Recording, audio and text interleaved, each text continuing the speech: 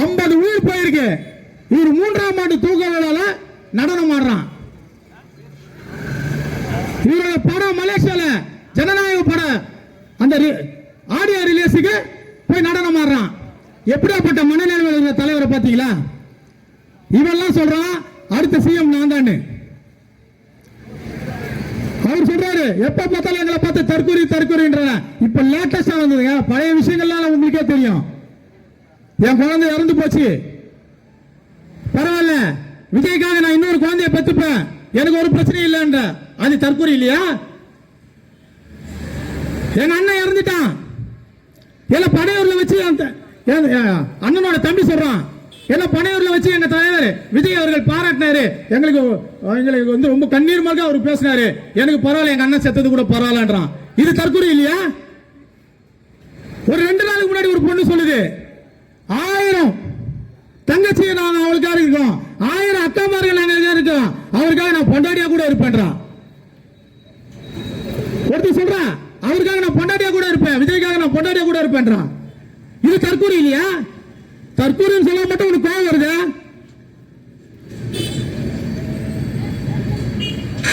தமிழ்நாட்டுக்கு ஒரு கலாச்சாரம் பண்பாடு இல்லையா?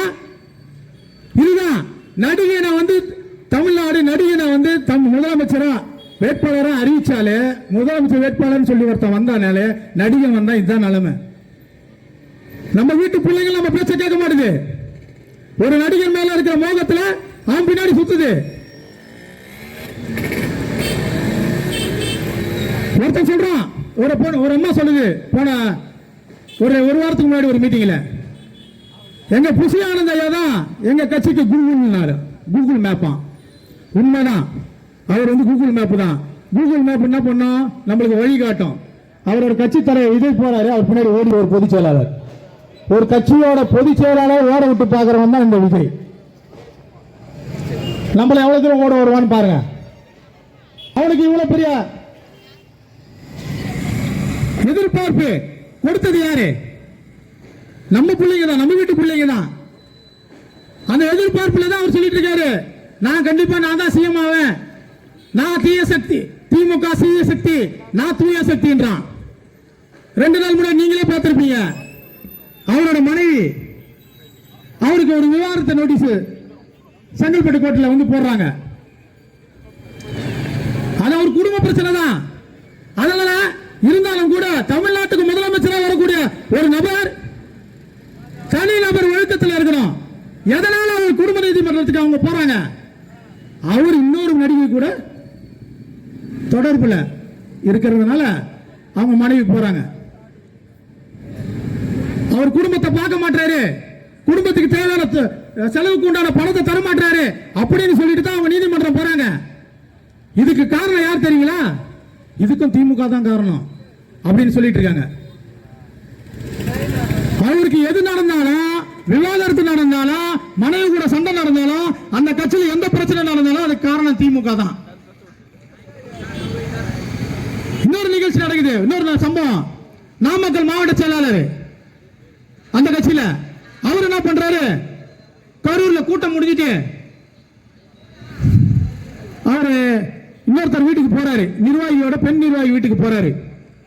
அங்க அவரோட கணவர் அவரோட மாமியார் எல்லாம் வீட்டுல இல்ல. அவர் நடிச்ச படத்துல ஒரு பாட்டு இருக்கு, டாடி மம்மி வீட்டில் இல்ல. அந்த பாட்டை அப்படியே மாத்தி போட்டிருக்காரு, கணவர் மம்மி வீட்டில் இல்ல, தட போட யாரும் இல்ல, விளையாட போவோம் உள்ள வில்லாடா.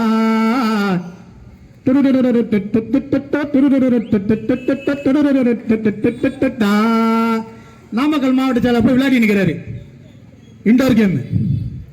அத பின்னாடி பக்கமா கார் விட்டு வந்து அவன் புருஷன் பார்த்துட்டான். அதை பார்த்துட்டு கதை உடைச்சிட்டு நான் உள்ள போறேன்டா, கூட ஒரு நண்பர் இருந்திருக்காரு. அந்த நண்பர் யாருன்னா அவர் ஒரு திமுக கட்சியில ஒரு உறுப்பினராக இருந்திருக்காரு. நண்பர்கள் எந்த கட்சியில வேணாலும் இருக்கலாம், தவறு இல்லை. அவர் என்ன சொல்லியிருக்காரு, மச்சான் நான் கதை உடைச்சிட்டு உள்ள போறேன், அவன் என்ன பண்றான்னா நீ அதை வீடியோ எடுறான்னு இருக்கான். அவன் என்ன பண்ண நண்பனுக்காக வீடியோ எடுக்கிறத வீடியோ எடுத்துன்னு உள்ள போய்கிறான். நம்ம அந்த கட்சியோட மாவட்ட செயலாளர் அப்படியே அரை நிறுவனமா உள்ள வந்திருக்காரு. அந்த வீடியோல நீங்களே பார்த்திருப்பீங்க, அதை நான் விளவரையா சொல்ல வரல. மறுநாள் மானங்கட்ட அந்த புருஷன் அவன் ஒரு சூடு சொல்றையா இருந்தா, ஒரு எப்படி சொல்றது, ஒரு ஆம்பளையா இருந்தா என்ன நடந்திருக்கும்னு எல்லாருக்கும் தெரியும். தான் பொண்டாட்டி அடுத்தவங்க கூட இந்த மாதிரி விளையாட்டெல்லாம் விளையாடிட்டு இருந்தா என்ன நடக்கும்னு எல்லாருக்கும் தெரியும். ஆனா அவன் மறுநாள் காலம் அந்த பொண்ணு வீடியோ போடுது. இதற்கெல்லாம் காரணம் திமுக தான். சதி வேலை, திமுகவின் சதி வேலை, எங்க தலைவருக்கும் இதுக்கும் சம்பந்தம் இல்ல. இது நடந்து 1 மாசம் ஆறதுக்குள்ள அவங்க பொண்டாட்டி யாரு, அவங்க கட்சியோட தலைவரோட பொண்டாட்டி நீதிமன்றம் போறாங்க. அதுக்கு காரணம் அவர் பாட்டை தான் அவருக்கு பாடணும். சரி, ஏற்கனவே பாடிட்ட, திருப்பி அந்த பாட்டை நம்ம பாட வேண்டாம். இப்படியாப்பட்ட ஒரு தலைவர், இப்படியாப்பட்ட ஒரு மாவட்ட செயலாளர், இன்னொரு மாவட்ட செயலாளர் மதுரையில தெற்கு மாவட்ட செயலாளர் தங்கப்பாண்டின்ற பேர் நினைக்கிறேன்.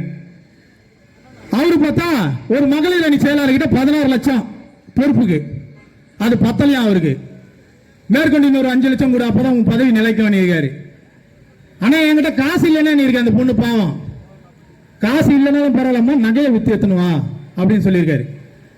ஆனா நகைலாம் வித்தெல்லாம் எடுத்துட்டு வர முடியாது, என்கிட்ட காசு இல்லைன்னு சொன்னதுக்கு உடனடியா இன்னொரு பெண் நிர்வாகிய அந்த பொறுப்புல போட்டு இவங்களை பொறுப்புல இருந்து எடுத்திருக்காங்க. இது அந்த தற்கொலை என்ன பண்ணிருக்கு, மன உளைச்சலாகி மருத்துவமனையில சீரியஸா படுத்துனுக்குது. படுத்து அவங்க கொடுத்த ஸ்டேட்மெண்ட் தாங்க, நான் கொடுக்கல. நான் 16 லட்சத்துக்கு கொடுத்தோம், என் பதவியை பறிச்சு இன்னொருத்தவங்க என்ன விட அதிகமா காசு கொடுத்தாங்கன்னு சொல்லிட்டு அந்த பதவியில போட்டிருக்காங்க. என்ன பொறுப்புல இருந்து எடுத்துட்டாங்க. எனக்கு மன உளைச்சல் ஆயிடுச்சு, நான் சூசைட் பண்ணிக்கினேன், சூசைட் அட்டன் பண்ண இப்ப மருத்துவமனையில இருக்கிறேன்றான். இப்படியாப்பட்ட ஒரு மாவட்ட செயலாளரா இன்னும் சொல்லிட்டே போலாம். கட்சியை